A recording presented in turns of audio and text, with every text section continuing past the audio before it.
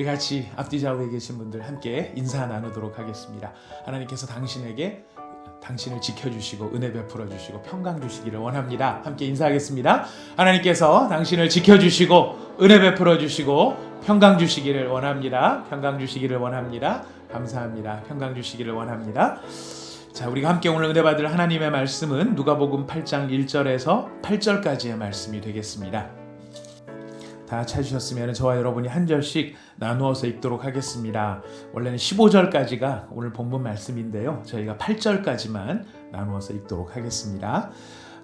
오늘 우리가 함께 나누어 읽는 이 말씀은 지금도 살아계신 하나님의 말씀입니다. 제가 먼저 읽겠습니다. 그 후에 예수께서 각 성과 마을에 두루 다니시며 하나님의 나라를 선포하시며 그 복음을 전하실새 12제자가 함께하였고 또한 악귀를 쫓아내심과 병 고침을 받은 어떤 여자들 곧 7 귀신이 나간 자 막달라인이라 하는 마리아와 헤롯의 청지기 구사의 아내 요한나와 수산나와 다른 여러 여자가 함께하여 자기들의 소유로 그들을 섬기더라. 각 동네의 사람들이 예수께로 나와 큰 무리를 이루니 예수께서 비유로 말씀하시되 씨를 뿌리는 자가 그 씨를 뿌리러 나가서 뿌릴새 더러는 길가에 떨어짐에 밟히며 공중의 새들이 먹어버렸고 더러는 바위 위에 떨어짐에 싹이 났다가 습기가 없으므로 말랐고 더러는 가시 떨기 속에 떨어짐에 가시가 함께 자라서 기운을 막았고 더러는 좋은 땅에 떨어짐에 나서 100배의 결실을 하였느니라. 이 말씀을 하시고 외치시되 들을 귀 있는 자는 들을지어다. 아멘. 우리는 지난주에 예수님에게 큰 은혜를 입은 한 여인의 헌신에 대하여서 우리가 살펴보았습니다. 예수님께서 그 여인의 죄를 사해 주시고 그 여인으로 자유하게 하시고 내 믿음이 너를 구원하였으니 평안히 가라 하시면서 그의 삶의 새로운 길을 열어주신 것을 우리는 기억합니다. 이런 귀한 은혜를 베풀어 주신 예수님께서 이제 계속해서 사역을 하시고 계시는데요.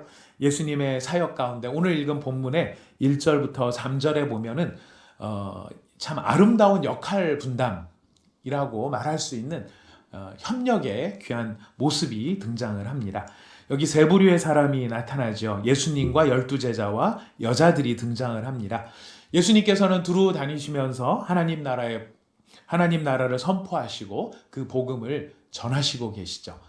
이 예수님을 직접적으로 도와주는 12제자가 등장을 합니다. 예수님과 함께 다니며 사역을 돕고 있는 헬퍼로서 함께하고 있습니다. 또 세 번째 그룹은 여자들이라고 지칭되어지는데요.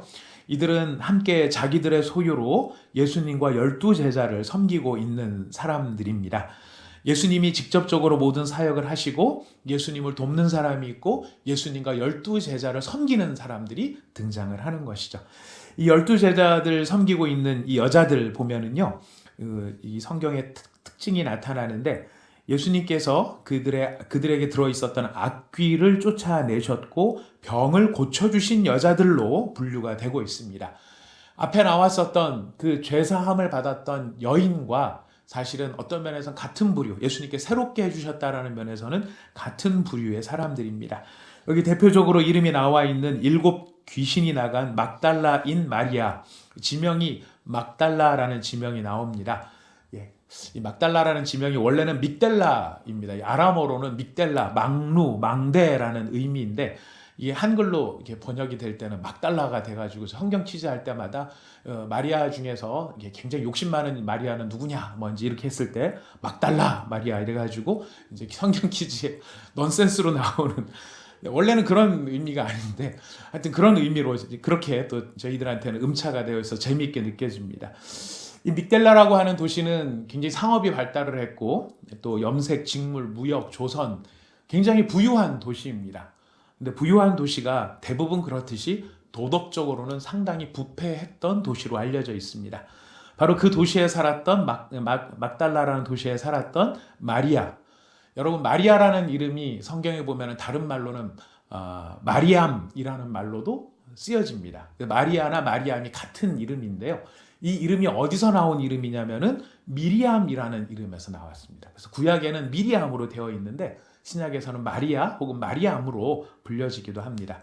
이름의 뜻을 혹시 들어보신 적이 있습니까? 마리아는 무슨 뜻일까요? 마리아는 가장 사랑받는 이라는 의미라고 합니다. 그래서 마리아라는 이름을 많이들 사용을 하는 것 같습니다. 두 번째 등장하는 여자는 헤롯의 청지기 구사의 아내 요한나라는 사람인데요.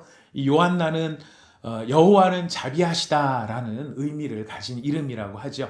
근데 이 요한나라는 사람이 구체적으로는 많이 드러나 있지 않지만 역할로는 상당히 중요한 역할을 하고 있습니다. 예수님의 시체에 바를 향품과 향유를 준비한 사람이 이 요한나입니다. 그리고 예수님이 부활하셨다는 사실을 사도들에게 알린 사람 중에 한 사람이 바로 이 요한나입니다. 바로 이렇게 드러나지는 않지만은 사실 이 사도들이 예수님을 다 버리고 도망갔을 때에도 끝까지 예수님 곁을 지켰던 사람들이 바로 여인들이었습니다. 이 수산나라고 하는 여자는 이름은 등장을 하고 있는데 이름의 의미만 남아 있고요. 다른 설명이 없습니다. 이 수산나라는 이름은 백합이라는 의미를 가지고 있습니다. 참 이름들이 다 한결같이 아름다운 이름들이죠. 바로 이렇게 예수님께서 일하시고 또 제자들이 협력하고 또 그 예수님과 제자들을 섬기는 이 여인들이 함께 합력함으로써 하나님의 나라를 이루어가고 있습니다. 자, 이런 배경을 여러분 염두에 두시고요. 조금 이따 우리 다시 결론에서 이 협력하는 사람들을 생각을 하게 될 것입니다. 지금 예수님께서는 이런 상황 속에 비유로 우리한테는 씨 뿌리는 자의 비유 혹은 4가지 마음밭의 비유라고 알려져 있는 비유를 이야기를 하십니다. 하나님 나라의 비밀을 아는 것이 너희에게는 허락되어 있지만은 다른 사람들에게는 허락되어져 있지 않기 때문에 비유로 말한다라고 예수님이 이야기하십니다. 비유는 어떤 면에서 보면은 불투명 유리 혹은 반투명 유리 같은 그런 느낌을 갖게 합니다. 우리가 불투명 유리나 반투명 유리를 이렇게 써보면은 뒤에 뭔가 있기는 있는 것 같은데 정확하게 뭐가 있는지 디테일하게 느껴지지 않을 때가 있죠. 비유가 약간의 그런 역할들을 하게 됩니다. 뭐가 있는 거는 같은데 이게 정확하게 무슨 뜻인가는 잘 이해하지 못하겠는 이게 비유가 갖는 역할입니다. 예수님께서는 제자들만이 지금 예수님께서 풀어주시는 이 사람들만이 하나님 나라의 비밀을 알게 하시기 위해서 비유로 이야기하시죠. 어떻게 보면 예수님이 좀 약간 야박하게도 보일 수도 있죠. 기왕이면 다 알게 해주셔서 많은 사람들이 하나님 나라의 비밀에 대해서 알면 얼마나 좋을까 이런 생각을 할 수 있습니다만은 여러분 이 말씀에 담겨있는 더 정확한 의미는 무엇이냐면 하나님 나라의 비밀, 하나님 나라의 정책, 하나님 나라가 어떤 것이며 그 안에 어떤 의미가 담겨있고 그 나라가 어떤 나라인가를 구체적으로 알려줄 수 있는 분은 오직 예수님밖에 없다라는 것을 우리에게 말씀해주고 계시는 것입니다. 비유로 말씀해 주시면서 설명을 해주시면서 너희들에게는 알려주겠다. 다른 사람들은 지금 이 말을 들어도 무슨 말인지 모를 것이다. 사람들에게 적당히 가려놓는 그런 정도가 아니라 예수님만이 천국에 대해서 정확히 아시는 분이고 하나님 나라가 어떤 나라인지를 분명하게 설명해 주실 수 있는 분은 바로 예수님밖에 없다. 그래서 우리가 하나님 나라의 뜻을 이해하고 하나님 나라를 잘 깨닫기 위해서는 지금 누구의 말씀을 들어야 될까요? 예수님의 말씀을 듣고 그 예수님께 집중하는 것이 필요하다라는 것입니다. 여러분 다른 사람들이 죽었다가 살아났다거나 미리 본 천국이라던가 이런 체험들을 우리가 하는 경우들이 있습니다. 어떤 면에 신앙적인 도전이 많이 되기도 하고 우리에게 좋은 비전을 주기도 합니다만은요. 우리가 하나님 나라라고 하는 의미를 정확하게 이해하기 위해서는 복음서에 등장하고 있는 예수님의 말씀을 깊이 생각하는 것, 예수님만이 정확하게 알려주실 수 있습니다. 여러분 그 사실을 꼭 기억해 주시기를 부탁드리겠습니다. 이렇게 해서 예수님께서 어쨌든 비유로 하나님 나라를 이야기하시는데요. 여러분 이 상황을 보시면은 4절 말씀에 각 동네 사람들이 예수께로 나와 큰 무리를 이루니 예수께서 비유로 말씀하시되 라고 되어 있습니다. 어떤 상황 없이 배경 없이 예수님이 그냥 비유로 말씀하시는 게 아니라 각 동네 사람들이 예수께로 나와 큰 무리를 이루었다라고 되어 있습니다. 큰 무리를 이루었다. 얼마나 장관이었을까요? 이게 무슨 체육관에 모으는 것도 아니고 운동장에 집합 이렇게 하는 것도 아닙니다. 막 동네마다 쫓아다니면서 통장들이 반장들이 이제 만나러 갑니다. 이렇게 북한 얘기 들어보면은 다 출석 체크를 한다고 합니다. 이렇게 무슨 행사가 있을 때 안 나가면 다 체크를 해가지고 나중에 불이익을 준다고 하는데, 여기 모인 사람들은 그렇게 모인 사람들이 아닙니다. 누가 막 나와라 나와라 해서 한 게 아니고 본인들이 기꺼이 달려 나왔는데 이 사람들이 큰 무리를 이루었다는 것입니다. 여러분, 이런 무리를 바라봤을 때 예수님을 돕고 있는 함께하는 제자들이 봤다면 어떤 느낌이 들었을까요? 저는 이 상상을 해보면은요, 하나님, 우리 온사랑의 교회가 석촌역에 와서 예배당도 커졌는데 여기가 꽉꽉 차는 큰 데가 꽉만 생기면 얼마나 장관일까요? 이런 생각들을 여러분은 안 해보십니까? 아마 다 해보시라고 생각합니다. 얼마나 장관일까요? 기분이 얼마나 좋을까요? 뭔가 사람들이 이렇게 많이 모였다는 자체가 인정받는 느낌이 들기도 할 것이고, 뭔가를 이루었다는, 성취했다라는 그런 생각이 들지도 모릅니다. 성공했다라는 감각을 갖게 해줄지도 모르죠. 근데 예수님께서는 큰 무리로 모였다는 것이 중요한 것이 아니라는 것을 오늘 비유 가운데 이야기하십니다. 그럼 진짜 중요한 것이 무엇일까요? 그것은 하나님 말씀에 대해 어떻게 반응하는가 하는 것이, 그것이 중요한 것이다 라고 하는 것을 이야기하고 계십니다. 큰 무리로 모여서 사람들이 막 웅성웅성하고 있고 발 디딜 틈이 없고 뭔가 정말 이루었습니다 이렇게 생각할지 모르지만, 예수님은 그 큰 무리들을 그냥 그 큰 무리가 모여있는 숫자가 그들의 영적인 상태, 영적인 실력을 의미하는 것이 아님을 오늘 비유 가운데 이야기하시는 것이죠. 진짜 중요한 게 무엇일까요? 그렇게 모여있는 한 사람 한 사람이 하나님의 말씀에 대해 어떤 반응을 보이는가, 하나님의 말씀에 대해서 한 개인이 어떻게 반응을 보이는가, 그것이 예수님께서 보셨을 때는 훨씬 중요하다는 것이. 하나님의 말씀에 대한 반응이 왜 중요할까요? 그것은 하나님의 말씀에 대한 반응이 곧 하나님에 대한 반응이기 때문에 그렇습니다. 하나님의 말씀을 기뻐한다라는 건 누구를 기뻐하는 것일까요? 하나님을 기뻐하는 것이죠. 말씀을 거절한다라고 하는 것은 하나님을 거절하는 것입니다. 바로 이렇게 하나님의 말씀에 대한 반응이 개개인의 마음과 그 영혼 안에서 일어나는 것이죠. 예수님께서는 수많은 사람들이 모여있지만 이 수많은 사람들의 외형이나 숫자에 속지 말고 진짜 그 사람들의 영적 상태가 어떤지 그것을 볼 수 있어야 한다는 것을 우리에게 알려주고 계시는 것입니다. 하나님의 말씀에 대해서 반응하는 4가지 모습. 씨를 뿌리는 자가 그 씨를 뿌리러 나가서 뿌렸다라고 되어 있습니다. 씨를 뿌리시는 분은 하나님이시죠. 말씀을 선포하시는 농부 되시는 하나님이십니다. 그런데 여러분, 여기에 보니까 그 씨가 덜어는 어디에 떨어졌다고 되어 있습니까? 길가에 떨어졌다. 길가에 떨어져서 어떤 결과를 맞이했느냐면은 밟히며 공중의 새들이 먹어버렸다라고 되어 있습니다. 근데 이것이 무엇을 의미하는지 누가복음 8장 12절에 여러분 앞에 여러분 성경책에도 나와 있고요. 우리 앞에도 모니터에도 뜰 테니까요. 같이 한번 읽어보도록 하겠습니다. 길가에 뿌려졌다는 게 무엇을 의미하는가 읽어봅시다. 시작. 길가에 있다는 것은 말씀을 들은 자니 이에 마귀가 가서 그들이 믿어 구원을 얻지 못하게 하려고 말씀을 그 마음에서 빼앗는 것이다. 말씀을 빼앗는 것이다.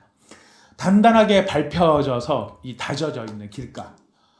길 사람들이 많이 오고 가니까 그걸 하도 밟다 보니까 단단해져 있는 겁니다. 거기에 씨가 떨어졌습니다. 그 씨는 뿌리를 내릴 시간이 없습니다. 이 단단하게 밟혀져 있기 때문에 뿌리를 내릴 부드러운 상태도 아니고 뿌리를 내릴 시간도 없이 잠시 거기에 머물러 있다가 새들이 와서 그냥 쪼아서 먹어버리는 것입니다. 우리는 마음이 단단해지는다는 것에 대해서 좀 생각해 볼 필요가 있습니다. 많은 사건들을 경험하거나 우리 안에 생각이 많아지잖아요. 그럼 우리 마음이 다져지는 효과가 나타납니다. 이 다져진다는 것은 어떻게 되는 거냐? 마음이 굳어져 버리는 거예요. 마음이 유연하지 않아요. 마음이 딱 고정되어 있어가지고 막 그냥 모두 하나 들어가지 않을 만큼 마음이 단단해져 있는 상태가 됩니다. 근데 여러분 놀랍게도 이런 상태를 누가 제일 좋아하느냐? 사탄이 제일 좋아한다는 것이. 마음이 이런저런 일들과 수많은 생각들, 거기다 우리 안에 있는 죄는 또 얼마나 들끓습니까? 우리의 정욕과 우리의 거짓말, 우리의 허영심, 자만심, 우리의 교만함, 어리석음, 미련함, 시기하고 질투하고 원망하고 분노하고 이런 부정적인 생각들이 우리 마음을 수도 없이 오고 가면서 마치 많은 사람들이 밟아버린 흙처럼 우리의 마음을 다져지게 만들고 단단하게 만들고 굳어지게 만든다는 것이. 여러분, 강남역 사거리, 여기 석촌역 사거리도 차들이 많지만은 우리가 경험한 바로 제일 차들이 많이 다니는 곳 중에 하나가 강남역 같습니다. 석촌에 왔는데도 강남을 버리지 못하는 저를 용서해 주십시오. 강남역 사거리. 그 도로에는 어떤 식물도 자라지를 못하죠. 물론 거기가 아스팔트라서 못 자라는 것도 있지만 아스팔트가 아니라 흙길이라 그래도 거기는 자라기가 어려울 것입니다. 이유는 한 가지입니다. 너무 많은 차들이 다니고 있기 때문입니다. 여러분, 우리들의 마음에 너무 많은 생각이 있는 것들, 우리들의 마음을 지배하는 여러 가지 사건들은요, 우리도 모르게 우리의 마음을 단단하게 만들어버리고, 그 결과가 무엇입니까? 문제는 그 결과 때문에 그래요. 마음이 단단해지니까 하나님의 말씀이 떨어져도 그 말씀이 들어오지를 못하고 그냥 사라져버린다는 것이. 우리는 많은 경우에 길가 밭을 불신자들의 마음 상태라고 생각하는 때가 있습니다. 그럴 수도 있겠습니다만은 이것은 지금 이 정황을 보십시오. 예수님 앞에 몰려든 수많은 무리들을 바라보시는 예수님의 관점으로 이것을 보실 필요가 있습니다. 수많은 사람들이 있지만 어떤 사람들은 몸만 거기에 와 있는 사람도 있을 수 있습니다. 마음은 다른 곳에 가 있을 수 있죠. 마음이 다른 곳에 있다 보니까 예수님이 말씀을 하시고 예수님이 기적을 보임에도 불구하고 그것이 믿음으로 열매 맺지 못하는 사람들도 개 중에는 있다더라는 것이죠. 우리도 예배를 드리고 나갈 때 보면은 제 자신도 마찬가지고요. 이런 모습을 볼 때가 있어요. 하나님의 말씀에 집중하고 나름의 또 감동도 받고 어떤 때는 결심도 하고 각오도 합니다. 이번 한 주는 이렇게 살아야지. 막 우리 또 축도 끝나고 난 다음에 또 찬양 막 할 때 우리 막 비블레스 찬양팀이 뒷찬양까지 막 하면서 할 때 기도하시는 분들도 너무너무 참 귀합니다. 그분들 제가 판단하는 게 아니고 우리가 그럴 때가 있다라는 거. 그렇게까지 결심을 했는데 딱 나가다가 여기 주차장에서 무슨 일이 딱 벌어져요. 아니면 앞에서 누구를 만났는데 그 사람 만나서 무슨 얘기를 딱 들으니까 마음속에 하나님의 말씀과 각오와 결심은 어디론가 사라져버리고 뭐만 남을 때가 있습니까? 그 사람과 그 이야기와 그 사건만 남을 때가 있는 거예요. 예배 잘 드리고 가면서 하나님의 말씀은 하나도 남지 않고 뭐만 남고 갑니까? 사람하고 사건하고 이야기만 안고 돌아갈 때도 있더라는 거예요. 이게 무슨 현상인가? 바로 이거예요. 지금 이 새들이요. 저희 집 앞에도 제 차에 늘 이렇게 자기 존재감을 드러내고 다니는 새들이 있습니다. 비둘기, 까치, 이런 저희 동네에 그런 애들이 있는데 걔네들이 늘 주변을 날아다니면서 뭐만 바라보느냐면 뭐 먹을 게 없나 그것만 바라보는 애들이에요. 마치 그것처럼 사탄도 우리의 마음속에 하나님의 떨어진 말씀을 어떻게 하면 낚아챌 것인가 여기에 집중하고 있는 게 사탄이에요. 우리들의 마음이 하나님의 말씀을 잘 받아들일 수 있을 만큼 부드럽고 유연하고 하나님께만 집중하고 있지 않다면 사탄은 너무 귀한 말씀이 우리 마음에 떨어져도 나갈 때는 뭐만 품고 나가느냐? 사람 품고 나가고 사건 품고 나가고 내 마음에 어떤 특정한 생각을 품고 우리가 삶의 자리로 돌아가게 된다는 것이. 이런 것이 바로 길가밭에 떨어져 있는 새들이 와서 그 말씀을 쪼아먹은 상태가 된다는 것입니다. 두 번째는 어떤 상태가 되느냐? 바위 위에 떨어져서 싹이 났는데 습기가 없으므로 말라버리는 상태가 된다라고 되어 있습니다. 여러분, 이런 상태를 어떻게 해석을 하느냐면 8장 13절입니다. 같이 읽어보겠습니다. 8장 13절 시작. 바위 위에 있다는 것은 말씀을 들을 때에 기쁨으로 받으나 뿌리가 없어 잠깐 믿다가 시련을 당할 때에 배반하는 자요. 여러분, 바위 위에서 싹이 납니까? 제가 경험한 바로는 바위에서는 싹이 날 수 없습니다. 근데 왜 여기는 바위라고 되어 있을까요? 다른 본문들을 살펴보면 우리가 이해가 됩니다. 이 바위가 완전 바위가 아니고요. 마태복음이나 마가복음에 보면은 흙이 얕은 돌밭이라고 표현이 되어 있습니다. 돌짝밭이에요. 이 군대에서 삽질을 열심히, 방위는 삽질을 열심히 했습니다. 나라를 지키는데 열심히 삽질로 나라에 헌신을 했는데, 삽질을 할 때 제일 사실은 귀찮고 까다로운 게 뭐냐면, 이게 흙을 팠는데 안에 돌들이 막 섞여 있는 흙들이 있어요. 이거는 이게 내리 찍으면은 흙만 있으면은 팍 찍혀가지고 들기가 쉽습니다. 근데 안에 돌덩어리들이 있으면은요, 힘껏 내리친 만큼 팔에 충격이 들어오거든요. 근데 얘네들은 어지간히 파서는 파여지지가 않아요. 얘네들은 곡괭이가 있어야 이 흙을 팔 수가 있습니다. 바로 이런 상태의 흙의 상태, 이 돌짝밭, 우리가 흔히 알려져 있는 지금 비유인 것입니다. 그러니까 흙이 없는 건 아니에요. 흙이 있기는 있는데, 이게 흙이 주가 아니고 그 밑에 돌들이 있다 보니까 뿌리가 내려가는데 이 뿌리가 깊이 내려지지 않는 상태가 된다라는 것입니다. 이런 상태가 되다 보니까 예수님께서 뭐라고 설명을 해주셨느냐면, 뿌리가 없어서 잠깐 견디다가 말씀 때문에 환난이나 핍박이나 어려움이 생기면 바로 그냥 없어져 버리는 거예요. 그 믿음이 없어져 버리는 거예요. 여러분 존 버년이 쓴 이 철로 역정이라고 하는 소설을 아마 많이 들어보셨을 것입니다. 읽지는 못하셨다 할지라도 아마 제목은 많이 들어보셨을 것입니다. 가능하면 한번 읽어도 보십시오. 정말 유익한 책입니다. 아무튼 그 철로 역정에 보면 유약시 미스터 연약함이라는 사람이 등장합니다.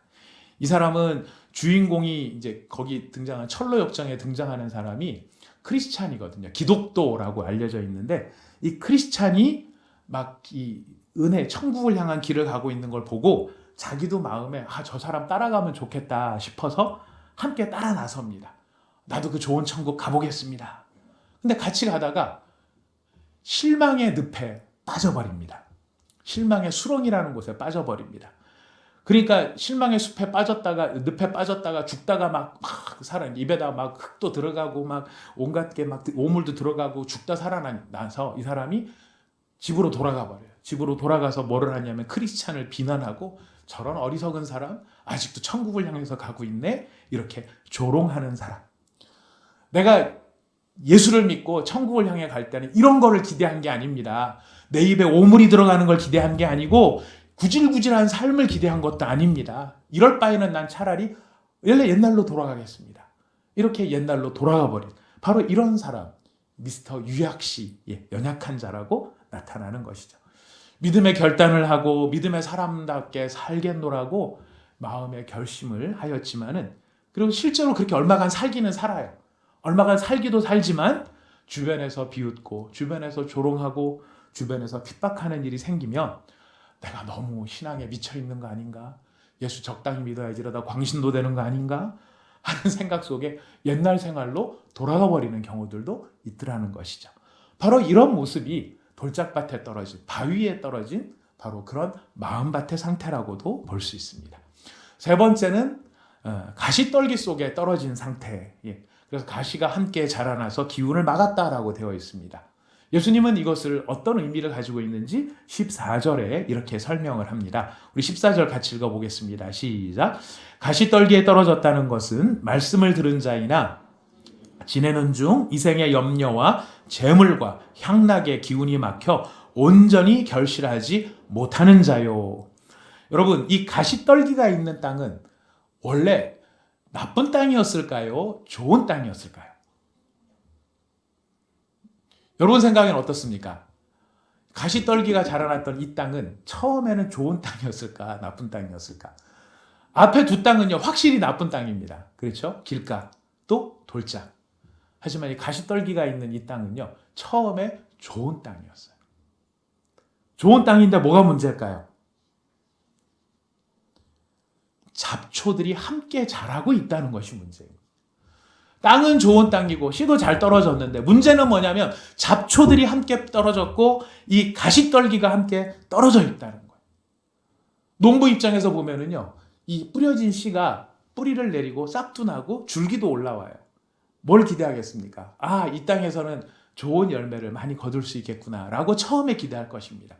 그런데 안타깝게 거기에 좋은 씨만 있는 게 아니라 온갖 잡초들의 씨앗이 함께 떨어져 있다 보니까 시간이 지나면 지날수록 알곡이 맺어질 것 같이 폼이 만들어졌었지만 실제로는 열매를 맺지 못하는 거예요. 우리 신앙에도 보면 말씀을 묵상하거나 여러 가지 훈련을 받거나 헌신을 하거나 봉사를 하거나 섬김을 할 수 있습니다. 그래서 이 사람을 통해서 우리가 이런 귀한 믿음을 통해서 뭔가 하나님의 아름다운 열매를 거둘 수 있는 것이 아닐까 기대가 되기도 합니다. 하지만 훈련 받을 때는 그렇게 뜨겁게 훈련을 받았는데 어느 사이인가 보면 하나님과의 사이가 멀어져 있어요. 예수님과의 관계가 서먹서먹해 있어요. 주님과 행복한 관계로 예수님과 함께 손을 맞잡고 동행하는 것이 아니라 멀찌감치 떨어져서 이제 혼자 터덜터덜 거리면서 걸어가고 있는 그런 모습을 보일 때도 있다는 것입니다. 예수님께서 뭐라고 진단하셨습니까? 이생의 염려와 재물과 향락 때문에 기운이 막혔다. 여러분, 이런 분들이 나쁜 분들이 아닙니다. 이 가시떨기에 떨어져가지고 이런 마음밭의 상태가 있는 분들이 이게 무슨 죄를 저지르는 사람들이라고만 볼 수는 없습니다. 문제는 뭐냐면 돌봐야 할 일들이 너무 많고 돌봐야 할 사람들이 너무 많고 현재를 살아가느라고 너무 정신없이 바쁠 때 혹은 나쁜 일들은 아니에요. 취미생활, 인간관계, 운동, 음악회, 연극, 파티, 동호회, 재물을 모으는 것 이런 게 나쁘다고만은 볼 수 없지 않습니까? 나쁜 것은 아닌데 문제는 뭐냐면 어떤 분은 그렇게도 얘기하십니다. 기독교인이라 할지라도 적당히 즐길 줄은 알아야 하잖아. 이런 이야기들 저도 공감이 됩니다. 틀린 말 같지는 않습니다. 문제는 뭐냐면 이런 것들이 점점 자라난다는 것이 문제입니다. 점점 자라나서 하나님의 말씀, 믿음을 잠식해 버린다는 것이. 복음의 좋은 곡식들이 자라나지 못하도록 힘을 빼앗아가 버린다는 것이. 성경에 보면은 이런 구체적인 대표적인 케이스가 여호수아에 등장을 합니다. 여러분 앞에 우리 모니터를 보시면서 한번 같이 읽어보실까요? 여호수아 11장 21절부터 23절 같이 한번 읽어보시겠습니다. 시작. 그때에 여호수아가 가서 산지와 헤브론과 드빌과 아낙과 유다 온 산지와 이스라엘의 온 산지에서 아낙 사람들을 멸절하고 그가 또 그들의 성읍들을 진멸하여 바쳤으므로 이스라엘 자손의 땅에는 아낙 사람들이 하나도 남지 아니하였고 가사와 가드와 아스도세만 남았더라. 이와 같이 여호수아가 여호와께서 모세에게 말씀하신 대로 그 온 땅을 점령하여 이스라엘 지파의 구분에 따라 기업으로 주매 그 땅에 전쟁이 그쳤더라. 전쟁이 그쳤어요. 평화가 찾아온 것 같아요. 자, 그런데 이 평화가 찾아오고 전쟁이 그친 것 같은 이 상태에 찜찜한 이야기를 슬쩍 깔아놓고 있는 것을 여러분들은 찾으셨을 겁니다. 아낙 자손이 다 멸절되고 어디에만 조금 남아있다고 돼 있습니까? 가사와 가드와 아스도세만 조금 남아있더라. 조금 남아있어서 뭐를 해도 괜찮아요? 전쟁을 안 해도 괜찮은 거예요. 평안이 있다가 찾아온 것 같아요. 조금 남아있는데 그 정도 거는 아무것도 아닌 것처럼 느껴지는 그런 상태가 된 거예요. 자, 근데 여러분 이 일이 나중에 어떤 결과로 다가오는지 성경은 무서울 정도로 정확하게 기록을 하고 있습니다. 삼손이 들릴라한테 속아서 눈이 뽑혀가지고 연자맷돌 돌린 동네가 가사입니다. 온 이스라엘 사람을 모욕하고 여호와 하나님을 모독하고 블레셋의 가장 강력한 장수라고 알려졌던 골리앗이 가드 사람입니다. 제사장 엘리 제사장의 아들 홈리아 비느하스가 하나님의 언약궤를 메고 나갔다 전쟁에 패해서 하나님의 언약궤를 빼앗겨 버리죠. 그 언약궤가 포로로 잡혀간 곳이 아스돗입니다. 가사와 가드와 아스돗을 슬쩍 남겨놓고 지나갔을 때 아무 문제가 없는 것 같았지만 그 일들은 나중에 이스라엘 전체를 뒤집어 엎는 무시무시한 결과들로 나타났다는 것이. 하나님의 일을 할 때, 하나님의 믿음의 길을 갈 때 우리가 이 정도쯤은, 요 정도쯤은 하고 남겨놓는 그것. 무서운 건 뭐냐면 그렇게 남겨놔도 그 당시에는 아무 불편함이 없다는 것입니다. 그게 같이 있어도 얼마든지 같이 살 수 있을 것 같이 느껴진다는 것. 그러나 그것이 시간이 지나면 어떻게 되느냐? 가시떨기가 함께 자라고 잡초가 함께 자라고 그래서 그들의 모든 것을 뒤집어 엎을 만큼 그런 비극적인 결과, 인생의 비극으로 나타날 때가 있다는 것입니다. 무엇을 말하는 것일까요? 원칙과 우선순위를 바로 세워야 할 때가 있다는 것이에요. 타협해서는 안 되는 일이 있다는 것입니다. 그때 그 순간 아주 작은 가시떨기 같은 씨앗, 그 가시떨기의 씨앗을 재해버리면은 나중에 아무것도 안 되는데 이것쯤은 괜찮겠지라고 해서 남겨놓은 그것이 나중에는 하나님의 거룩한 열매를 맺지 못하게 만드는 결과로 나타난다는 것입니다. 자, 이런 마음밭들. 근데 거기에 비해서 좋은 밭. 더러는 좋은 땅에 떨어짐에 100배의 결실을 하였다. 여러분, 이 100배의 좋은 땅이 무엇인지 8장 15절이 이야기를 하고 있습니다. 우리 같이 한번 읽어볼까요? 8장 15절 시작. 좋은 땅에 있다는 것은 착하고 좋은 마음으로 말씀을 듣고 지키어 인내로 결실하는 자니라. 열심히 찾아봤습니다. 착하고 좋은 마음이 무엇일까? 성경에 착하고 좋은 마음이 저도 그런 마음 갖고 싶거든요. 착하고 좋은 마음을 가져야 100배, 30배, 60배 결실을 맺고 싶으니까 좋은 땅을 갖고 싶은데 어떤 게 좋은 땅인가? 사실 굉장히 좀 막연한 형용사 같이 느껴졌습니다. 그래서 제가 나름대로 정리한 이 본문 말씀의 다른 것과 비교해 보니까 마음이 착하고 좋은 마음이라는 것이 다른 게 아니라 아까 길가와 같은 마음이 굳어지지 않은 것. 마음이 굳어지지 않은 것. 두 번째, 잠시의 기분에 따라 요동하지 않는 것. 이게 아까 돌짝밭에 떨어진 것이죠. 잘못된 것을 원인으로부터 차단해 버릴 수 있도록 원칙과 우선순위를 잘 세운 사람. 바로 그런 것이 좋은 마음밭의 상태라고 볼 수 있을 것입니다. 이런 마음밭을 가지고 있을 때 비로소 우리가 진정으로 무엇을 하게 되느냐면 하나님의 말씀에 귀를 기울이게 되고요. 그리고 하나님을 사랑하는 마음이 있기 때문에 어떻게 하면 순종할 수 있을까? 어떻게 하면 이 말씀을 내가 따라 살 수 있을까? 거기에 마음을 집중하게 된다는 것이. 저의 마음을 볼 때도 이런 여러 가지 마음이 존재하는 것을 보게 됩니다. 100가지 이유가 있는데 할 수 있는 이유가 이걸 해도 되고 해야만 되는 이유가 99가지가 있어요. 근데 한 가지 이것 때문에 어렵겠다라고 느껴지면 하나님 너무너무 사랑하는데요. 이거 한 가지 때문에 제가 못할 것 같아요. 이런 저의 마음가짐이 있을 때가 있다는 것을 보기도 합니다. 근데 어떤 때는 마음이 너무너무 좋고 말씀이 뜨겁고 성령이 충만해지면은요.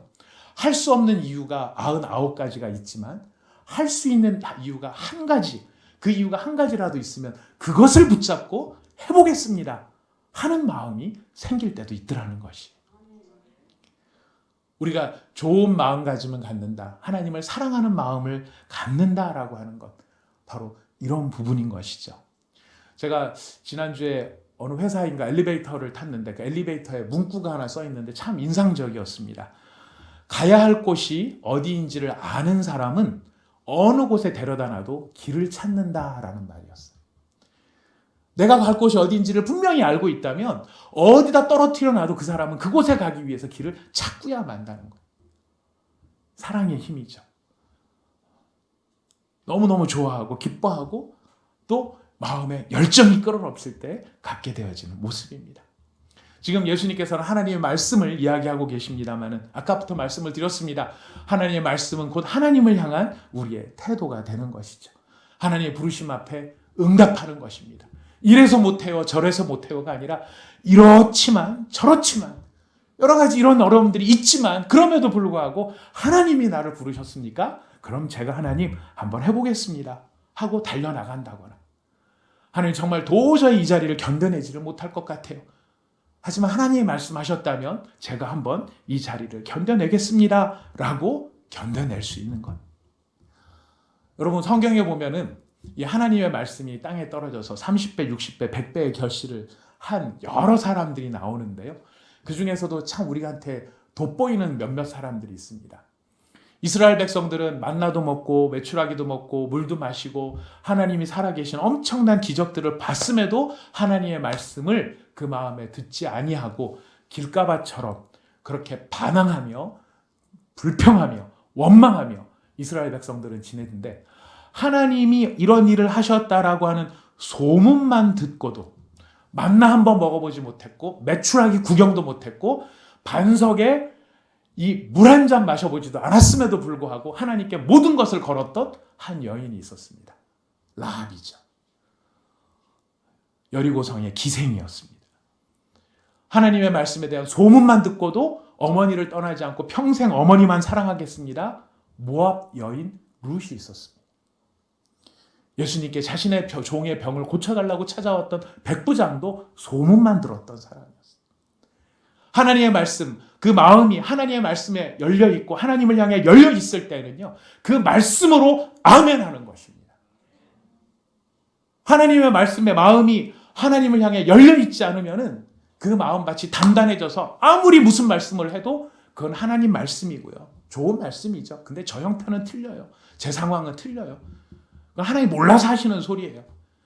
하나님의 말씀이 뿌리를 내리지 못하는 것이죠. 여러분, 아름다운 역할 분담을 했던 사람 여인들을 앞에 말씀을 드렸습니다. 이 앞에 나왔던 그 여인들의 주된 특징이 무엇이었냐면 악귀가 쫓겨나고 병고침을 받았다라고 되어 있어요. 그럼 그 전의 상태가 어떤 상태였을까요? 악귀에 매여 있고 병에 시달리고 있었던 사람들이. 그런데 그들이 예수님을 만나고 예수님을 통해 귀신이 쫓겨나가고 병고침을 받고 하나님의 말씀이 그 속에서 머무르게 되니까요. 어떤 일들을 하게 됩니까? 우리가 봤어요. 자기 소유로 섬겼다. 남의 것 갖다가 야, 돈 좀 내.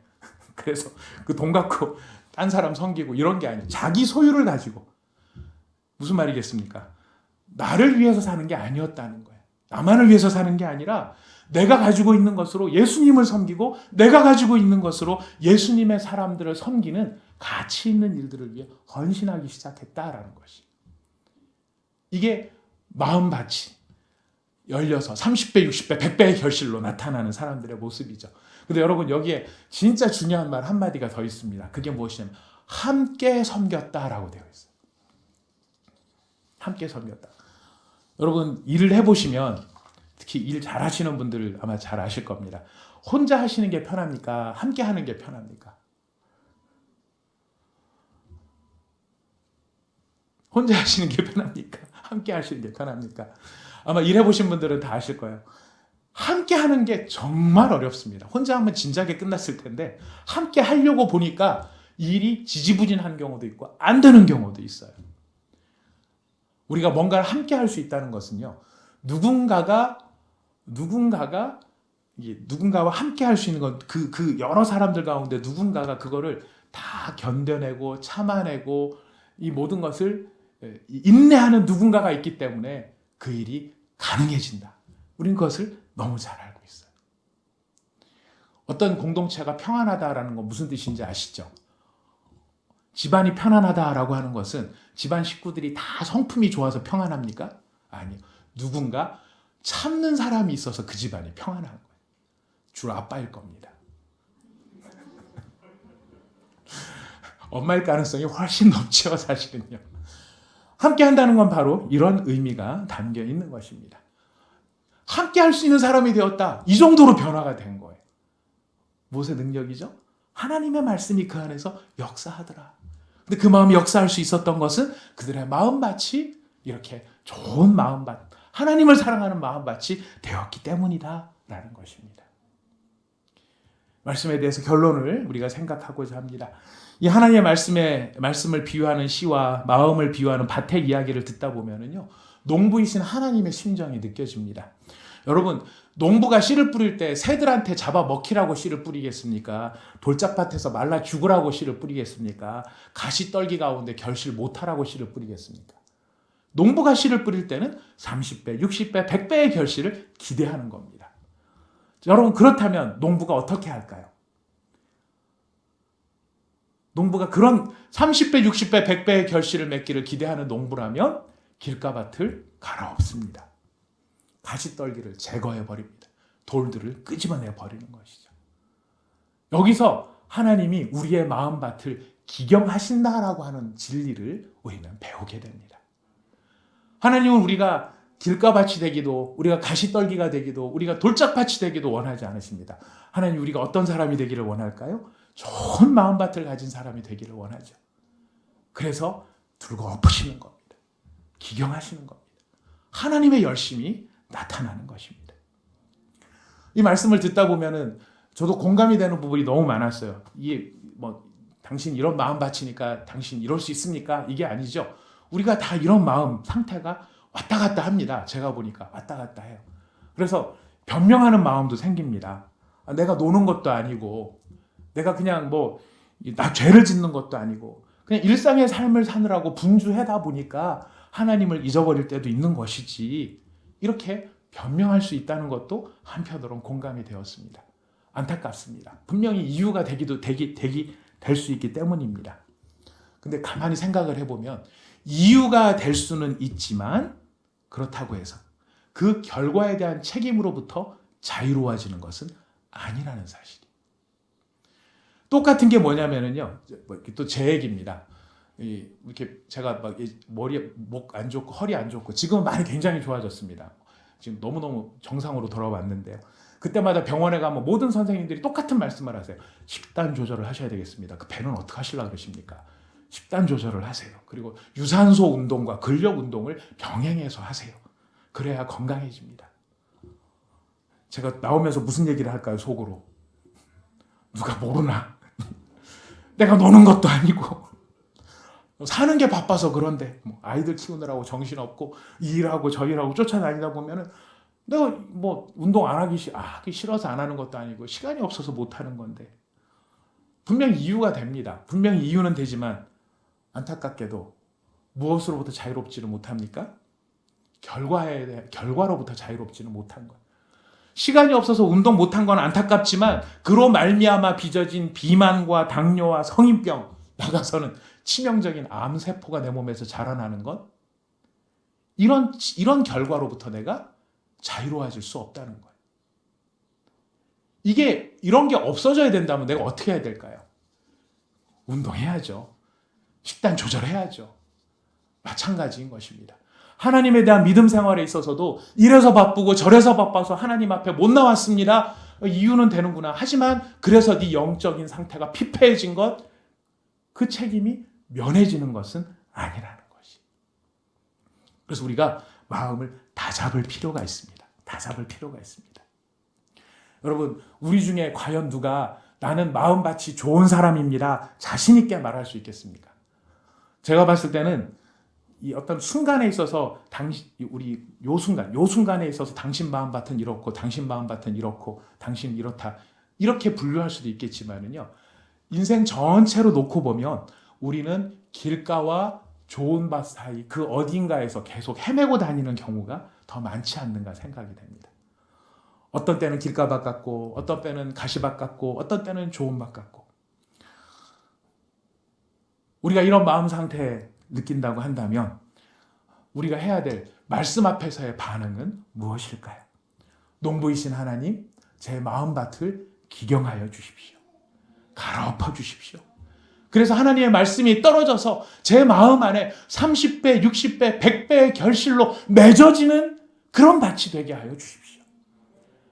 언제까지나 핑계하지 않도록, 언제까지나 이유를 대면서 그대에 숨지 않도록 제 마음 안에 있는 돌도 제거해 주시고 제 마음 안에 적당히 남겨놓은 가시떨기들도 제거해 주시고 하나님의 영광이 내 삶에 나타날 수 있는 인생이 될 수 있도록 하나님, 저의 마음밭을 기경하여 주시옵소서. 우리의 결단과 우리의 각오와 하나님을 향한 우리의 마음의 다짐이 되어야 할 것입니다. 여러분, 그래서 우리 온사랑의 교회가 다 마음밭이 좋은 밭이 되기를 원합니다. 우리 온사랑의 교회 지금 현재 등록교인이 한 250여 분 정도 됩니다. 250여 분 되어지는 성도님들이 30배, 60배, 100배의 결실되면 어떻게 되는지 아십니까? 아멘, 할렐루야. 네, 기왕 쓰는 거 100배 한번 써보겠습니다. 250 곱하기 100이면 얼마일까요? 25,000이에요. 여러분, 1만 사역이 꿈이 아닙니다. 우리가 마음밭이 하나님 앞에 좋은 마음밭으로 기경이 되면 하나님께서 그 일을 이루실 줄 믿습니다. 우리가 하나님께서 일을 이루실 것을 믿고, 하나님, 저의 마음밭을 기경하여 주셔서 하나님을 뜨겁게 사랑하고 제 마음밭이 하나님의 말씀을 잘 붙잡고 하나님의 영광을 드러내는 인생이 되게 하여 주옵소서. 우리 함께 기도하도록 하겠습니다. 우리 다 함께 기도합시다. 이 말씀을 놓고 하나님 여러분 마음속에 주시는 도전을 가지고 함께 기도하도록 하겠습니다. 다 함께 기도합시다. 하나님 아버지 참으로 감사합니다.